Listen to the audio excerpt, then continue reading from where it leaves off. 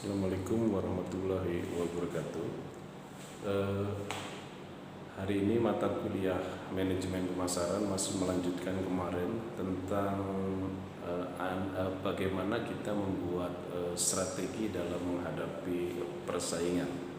Pertemuan kemarin saya membahas bagaimana kita mengidentifikasi pesaing, kemudian juga mengidentifikasi pola reaksi pesaing. Ya, hari ini kita akan membahas mengenai bagaimana kita strategi menghadapi persaingan agar kita memiliki keunggulan secara kompetitif. Yang kita bahas di sini adalah strategi mengalahkan pesaing. Sebetulnya bahasanya bukan mengalahkan pesaing, agar kita unggul dalam bersaing. Yaitu dengan tentu dengan cara-cara yang etis menurut etika bisnis, ya, cara-cara yang baik, bukan cara-cara yang tidak etis atau apalagi melanggar hukum. Nah, di sini ada beberapa strategi-strategi bagaimana kita bisa bersaing secara efektif agar kita memiliki keunggulan kompetitif, karena di dalam bisnis persaingan itu pasti terjadi, kompetitor itu pasti muncul. Apalagi kita kalau berbisnis adalah berbisnis pada permintaan yang tinggi. Sebab dengan permintaan yang tinggi ada hukum ekonomi, ketika permintaan tinggi pasti supply juga tinggi. Pasti perusahaan-perusahaan juga banyak ingin mendirikan bisnis tersebut. Ya. Oke, di sini kita akan membahas mengenai strateginya, ya. Kita bahas di sini. Mari kita lihat di berikut. Oke, ya, di sini kita akan membahas strategi generik, ya, strategi generik untuk mengembangkan keunggulan kompetitif. Ya. Apa itu strategi generik? Ya, kalau kita lihat yang namanya strategi generik itu adalah generik itu dari asal kata general atau umum, yaitu strategi yang bisa diterapkan secara umum atau strategi yang bisa diterapkan pada berbagai macam perusahaan, apakah itu perusahaan jasa, perdagangan, produksi dan sebagainya. Ya, apakah itu perusahaan misalkan transportasi, apakah itu perusahaan restoran, apa perusahaan produksi sepatu, apakah perusahaan jasa dan sebagainya. Nah, jadi itu adalah bisa diterapkan, strategi ini bisa diterapkan pada berbagai macam perusahaan, makanya disebut dengan strategi generik, ya. Di sini strategi generik, ya. Oke. Di sini Michael Porter, ya, pernah menulis sebuah buku yang berjudul The Competitive Advantage. Competitive advantage itu artinya adalah keunggulan kompetitif, ya. Menurut dia, untuk unggul dalam bersaing ada tiga strategi generik yang bisa dikembangkan untuk perusahaan apapun, ya. Berarti ini namanya strategi yang lebih umum. Yang pertama menurut Porter adalah fokus. Apa itu fokus? Ya. Perusahaan dia harus fokus pada siapa target marketnya, ya. Siapa target marketnya? Misal begini, Anda membuat sebuah sepatu. Sepatu Anda itu target marketnya adalah untuk remaja.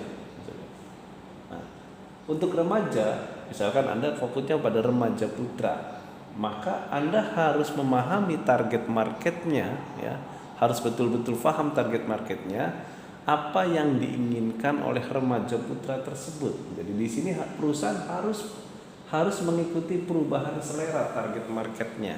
Jadi kalau misalkan anak muda itu pengennya sepatu yang lebih sporty, misalkan, berarti Anda harus membuat desainnya untuk sporty. Misalkan anak-anak muda sekarang bentuk yang warna-warna pastel, maka membuat sepatunya harus seperti warna pastel. Nah, jadi dia mengikuti perubahan. Jadi dia fokus pada target marketnya. Target market seleranya berubah, maka perusahaan juga desain produknya harus disesuaikan dengan target market. Sehingga kalau dia paham pada target marketnya, maka perusahaan siap melayani target market tersebut. Nah, jadi di sini fokus. Pengertian fokus di sini juga menurut Porter adalah fokus pada satu produk dulu yang menjadi unggulan kita. Jadi bukan berarti begini, bisakah kita membuat berbagai macam produk? Kita bisa membuat banyak perusahaan, boleh. Menurut Michael Porter, Kalau misalkan Anda belum fokus pada satu bidang, Anda jangan membuat bidang yang lain. Misal begini, Anda fokus pada segmen A, ya. Kemudian Anda pindah lagi segmen C, segmen D. Itu tidak masalah. Kita mengembangkan berbagai macam segmen. Semakin banyak segmen semakin bagus kan. Tetapi yang jadi masalah, kalau seandainya satu saja Anda belum fokus, satu saja Anda belum menguntungkan, jangan pindah dulu ke segmen yang lain. Fokus saja pada satu segmen. Fokus pada produk kita. Produk kita itu apa? Jadi itu adalah fokus, ya. Jadi fokus ini adalah kita bisa memiliki keunggulan. Kita berikan contoh sederhana saja, misalnya Anda memiliki keahlian.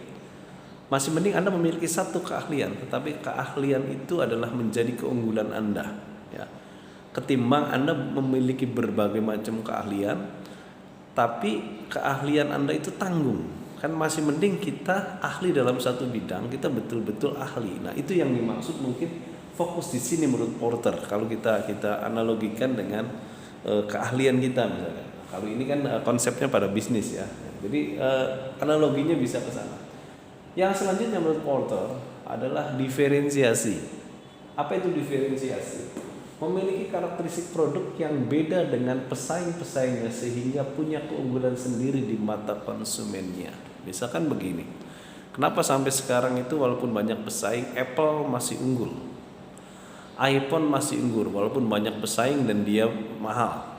Karena dia punya karakter, ya, punya teknologi yang memiliki karakteristik yang belum bisa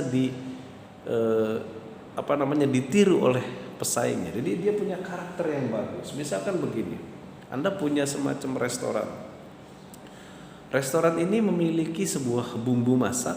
Bumbu masak ini disukai oleh konsumen dan pesaing Anda belum bisa meniru bumbu masak itu. Walaupun Anda jual dengan harga mahal, tapi kalau Anda sudah punya karakteristik yang disukai oleh konsumen, maka ini akan memenangkan persaingan. Memang ini tidak mudah untuk menciptakan diferensiasi karakteristik produk.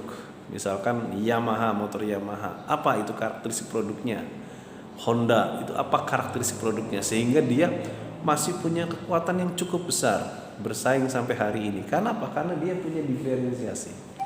Jadi ketika kita punya diferensiasi kuat, maka harga mahal pun konsumen akan membeli produk kita karena punya karakteristik tadi, ya. Nah, karakteristik ini mungkin bukan produk saja, bisa jadi misalkan karakteristik pelayanan.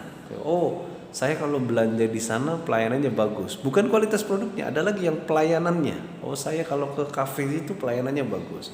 Oh, saya kalau ke transportasi naik pesawat ini misalkan, oh pelayanannya bagus. Jadi di sini pelayanannya, servisnya, atau juga saluran distribusi, ya. Nah, kita punya saluran distribusi, ada perusahaan yang menggunakan multi level marketing misalkan, ya. Ada perusahaan yang saluran distribusinya adalah melalui online dan sebagainya, sehingga kita memudahkan untuk membeli. Nah, ini adalah salah satu diferensiasi. Kita akan kalah bersaing kalau memang diferensiasi itu bisa ditiru oleh pesaing kita. Misal begini, kayak tadi, Anda membuat sebuah rumah makan. Rumah makan itu Anda terkenal dengan bumbunya yang agak beda dengan rumah makan lainnya, sehingga Anda menjual lebih mahal dari rumah makan lainnya. Pengunjung datang ke restoran Anda. Nah, tetapi ketika bumbu masak yang Anda buat itu karakternya ditiru oleh pesaing Anda, maka bisa jadi para konsumen tadi bisa pindah ke pesaing Anda karena diferensiasi ini. Maka diferensiasi ini harus terus dikembangkan.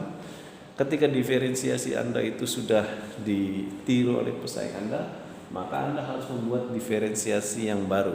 Maka terus menerus ini harus diperbaharui. Oke. Yang ketiga menurut Porter adalah pilihan. Jadi ketika kita belum menemukan diferensiasi, kita jangan menjual dengan harga yang mahal. Maka kita harus apa? Harus bisa menjual dengan harga yang kompetitif. Apa itu harga kompetitif? Kalau bisa harga yang lebih murah daripada pesaing kita. Ya, jadi kalau Anda belum punya karakter yang kuat, punya diferensiasi produk yang kuat di mata konsumen, maka Anda harus menggunakan strategi, yaitu dengan menggunakan harga yang murah. Harga yang murah itu bagaimana? Tentu perusahaan harus bisa meminimalkan biaya produksi atau operasionalnya, ya. operasionalnya. Sebab mahalnya produk kan biasanya kalau produk yang konkret ya, itu biasanya dipengaruhi oleh biaya produksi kan ya. Nah, mungkin kalau Apple atau mau Apple produk Amerika ya, atau mobil-mobil Amerika, mobil-mobil Jerman, itu kenapa mahal? Karena memang juga dia biaya produksinya dari segi bahan baku cukup mahal, dan juga skillnya mungkin tenaga kerjanya juga cukup tinggi, maka harganya mahal. Tapi dia punya karakter, punya diferensiasi, maka dia berani menjual harga mahal.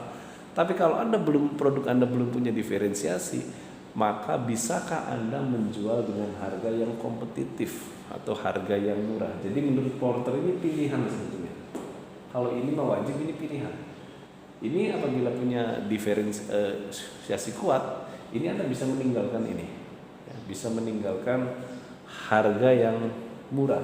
Tapi kalau Anda belum punya diferensiasi, maka harus Anda menggunakan strategi yang 3, keunggulan biaya. Dengan biaya yang unggul, maka kita bisa menjual harga dengan harga yang murah. Nah, itu adalah strategi generik mengembangkan keunggulan kompetitif. Jadi yang pertama fokus, diferensiasi, dan keunggulan biaya. Oke. Kita akan mencoba masuk ke dalam sebuah persaingan di pasar. Ya, kita akan mencoba masuk dalam sebuah persaingan di pasar. Ya.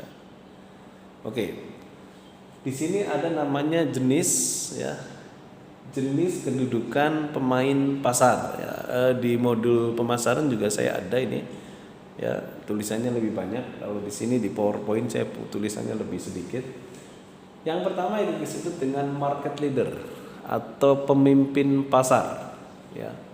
Perusahaan yang paling menguasai pasar atau pemegang pasar pangsa terbesar. Jadi dia menguasai pangsa pasar terbesar. Misalkan kalau di di dunia software, misalkan Microsoft, nah, itu adalah pangsa pasar terbesar. Atau di media sosial, misalkan Facebook, itu adalah pengguna media sosial terbesar. Atau misalkan di industri otomotif, misalkan ya, kalau di Indonesia misalkan Honda, nah itu adalah atau kadang-kadang pindah ke Yamaha, itu kadang-kadang bisa berubah-ubah ya. Nah, jadi itu adalah yang disebut dengan pemimpin pasar, dia menguasai pangsa pasar terbesar. Yang selanjutnya adalah yang juara kedua. Juara kedua ini adalah perusahaan yang menguasai pangsa pasar nomor 2 dan menjadi penantangnya market leader. Bisa di dunia motor sekarang dikuasai oleh Honda. Nah, siapa yang nantang? Yang nantang adalah Yamaha yang kedua. Misalkan di dunia provider, di kita ada Telkomsel. Siapa penantangnya? Excel. Ya. Penantangnya adalah Excel. Nah, jadi di sini adalah juara keduanya, makanya disebut dengan market challenger. Dia menantang daripada pemimpin pasar.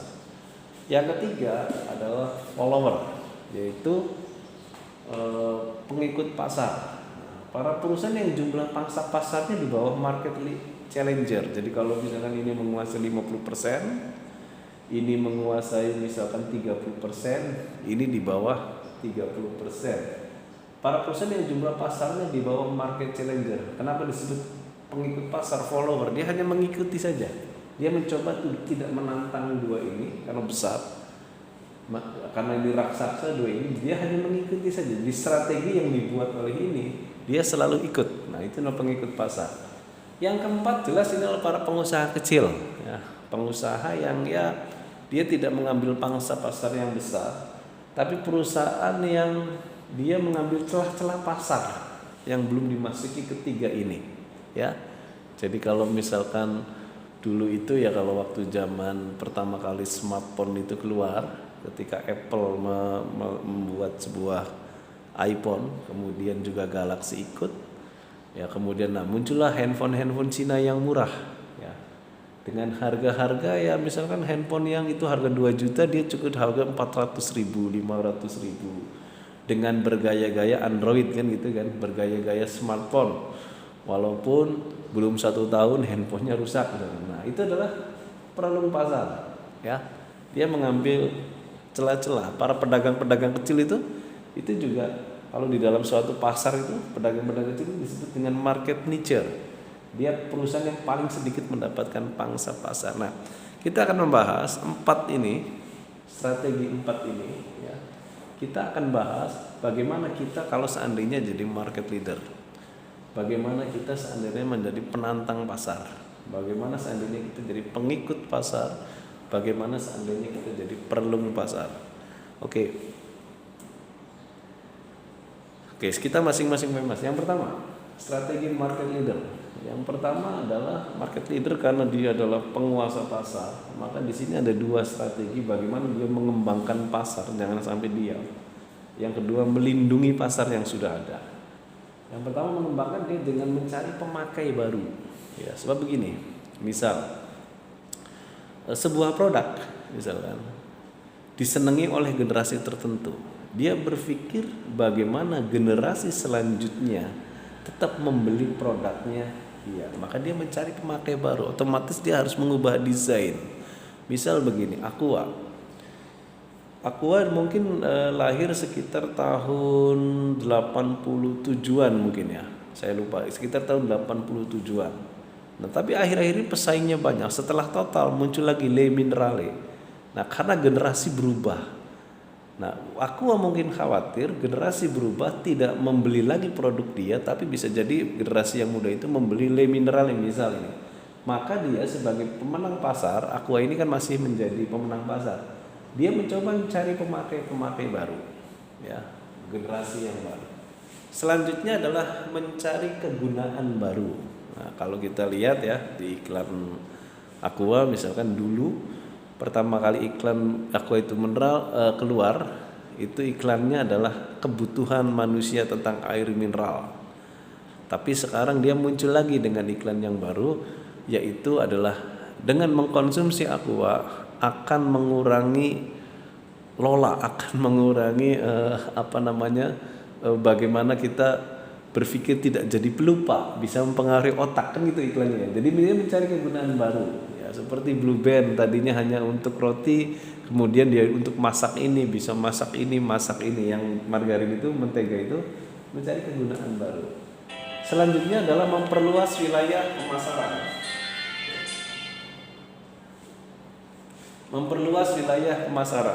Ya. Memperluas wilayah pemasaran, dia mencoba untuk memperluas pasar. Ya, untuk memperluas pasar.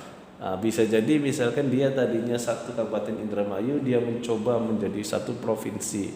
Mungkin tadinya produknya nasional, bagaimana menjadi produk global. Selanjutnya adalah melindungi pangsa pasar, ya. Melindungi pangsa pasar yaitu bagaimana mempertahankan posisi pasar, ya.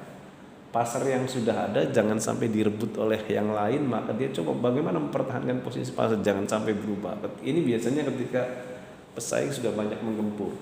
Kemudian memperbaharui produk. Ya, dia mengikuti tren pasar. Kalau tidak mengikuti tren pasar, maka konsumennya akan direbut oleh yang lain. Pertahanan preventif. Preventif itu mencegah. Nah, dia mencoba melakukan sebuah pertahanan preventif sebelum diserang oleh kompetitor. Selanjutnya adalah persaingan balasan. Apabila diserang oleh kompetitor, misalkan kompetitor menyerang dengan promosi yang gencar, maka dia harus menyerang serangan bagaimana dengan promosi yang lagi. Kemudian kompetitor menyerang dengan harga yang murah, bagaimana dia juga menggunakan harga yang murah lagi. Bisa jadi kalau dalam keadaan terburuk atau terdesak, pangsa pasarnya direbut dan dia tidak bisa mempertahankan, maka dia harus melepaskan pasar yang lemah. Jadi pasar-pasar yang dia anggap sudah kalah, sudah lepaskan saja, tapi dia harus mempertahankan pasar yang masih kuat. Nah, itu adalah strategi market leader. Jadi dengan mengembangkan pasar, karena ini juara bertahan ya istilahnya, ini melindungi pasar. Nah, kemudian ada yang menyerang nih, yang disebut dengan market challenger. Bagaimana strateginya? Karena dia adalah sebagai penantang, biasanya dia menyerang. Itu serangan frontal. Dia mengarahkan berbagai kekuatan yang dimiliki. Dia kerahkan dengan promosi, dia kerahkan dengan potongan harga, dia menggunakan saluran distribusi yang efektif. Dia menggunakan misalkan hadiah-hadiah untuk menarik konsumen. Dia misalkan menggunakan pelayanan tambahan ya, untuk memenangkan ini. Ini serangan frontal, serangan rusuk. Dia menyerang bagian terlemah kompetitor. Misalkan kelemahan kompetitor pada produknya adalah misalkan dari segi pelayanan kompetitor kita itu. Nah, baru kita bagaimana? Oh, pelayanannya lemah, maka dia menyerang dengan memberikan pelayanannya yang terbaik ketimbangnya. Atau misalkan produknya sama sebetulnya dengan kita, tapi dia itu produknya lebih mahal. Wah, berarti kita bisa serang dengan kelemahannya adalah produk mahal, maka kita bisa serang dengan harga yang murah. Nah, ini adalah serangan rusuk tadi. Selain serangan mengepung, nah serangan mengepung seluruhnya, apakah itu dengan harga, dengan promosi dan sebagainya. Jadi hal-hal yang dikuasai oleh kompetitor, segmen-segmennya kita serang semua. Misal begini, dia menguasai segmen anak-anak, kalau dia menguasai segmen wanita, dia segmen remaja. Nah, kita masuk ke semua segmennya dia. Nah, itu adalah yang disebut dengan serangan mengepung. Ya. Selanjutnya adalah yang disebut dengan strategi market follower. Ini pengikut. Ya, dia biasanya namanya pengikut menduplikasi kemiripan produk. Mungkin dulu waktu zaman tahun 2000 berapa ya, mungkin ya 2007 2008 Anda pernah melihat ada ketika BlackBerry muncul, ada Blueberry, ada iCerry, ada yang mirip-mirip seperti Apple dan sebagainya, gambarnya jangan gitu. Nah, itu adalah produk market follower. Dia meniru-niru saja. Tapi meniru ini bukan berarti kita meniru brands ya, nanti bisa dituntut hak ciptanya atau hak patennya. Hanya sekedar memirip-miripkan saja. Mungkin Anda pernah melihat ya. Jadi misalnya sepatu Nike jadi Nico kan gitu ya. Kemudian sepatu apa jadi apa kan gitu ya. Nah, itu adalah dia meniru-niru saja, ya, meniru-niru. Dan konsumennya sebetulnya sadar, ya, konsumennya sadar. Cuman karena konsumen itu tidak mampu membeli produk yang lebih mahal, maka dia membeli produk yang penirunya. Nah, biasanya cirinya mereknya sering berganti-ganti mereka, karena dia belum punya brands atau belum punya merek yang bukan paten, membeli merek yang betul-betul sudah tetap, ya, sudah disukai oleh konsumen, maka dia sering berganti-ganti merek. Mengikuti dari dekat, yakni strategi mengamati meniru pemimpin pasar, baik dari segi promosi, kemasan produk, makanya disebut dengan dia tidak melawan, hanya meniru. Kalau melawan dia kalah sendiri kan ya, karena dia juga resources yang dia punyai tidak sebesar market leader dengan market challenger. Nah, baru ini adalah para pengusaha kecil nih, ya. Para pengusaha kecil berusaha menempati sales-sales segmen pasar, ya. Jadi menempati segmen mana nih yang belum diisi oleh ketiga pemain pasar tersebut, dia ambil, ya. Dia ambil, oh segmen ini, dia ambil segmen ini. Misalkan begini, di dalam dunia ayam goreng, fried chicken, misalkan ada Texas, ada Kentucky, terus kemudian ada Kentucky lainnya yang produk nasional, ada pedagang ayam goreng misalkan. Nah, dia masuk, ya. Pasar itu ada walaupun tidak besar. Nah, biasanya para pengusaha kecil begini. Jadi Anda mungkin ketika kalau berbisnis, Anda pasti memasuki ini dulu, strategi perlung pasar. Cirinya dia modalnya rendah, belum punya brands yang kuat, gitu. Harga juga mungkin murah, dan dia adalah mengambil segmen-segmen pasar yang belum direbut oleh tiga pemain pasar sebelumnya. Nah, itu adalah strategi dari berbagai macam ini. Oke. Mungkin kuliah saya sampai di sini dulu. Jadi intinya memang kalau kita lihat ini memang kompleks sebetulnya strategi bersaing ini, bukan sekedar teori sebetulnya. Kenyataannya memang ada di di realita nanti. Ini hanya permodelan yang terjadi di pasar. Ini adalah hanya sebagai kerangka berpikirnya saja. Mungkin kalau Anda berbisnis, kenyataan yang sesungguhnya pasti Anda melihat dari pengalaman tersebut. Nah, jadi ini hanya kerangka teori saja ketika kita bagaimana strategi untuk unggul dalam bersaing. Mungkin ini saja materi mata kuliah pemasaran. Ini adalah mata kuliah terakhir sebelum UTS. Nanti bahan UTS itu dari bab awal sampai strategi bersaing untuk UTS online ya. Nah, mungkin sampai di sini dulu materi saya, nanti kita lanjut lagi setelah UAS. Wabillahi taufiq wal hidayah. Wassalamualaikum warahmatullahi wabarakatuh.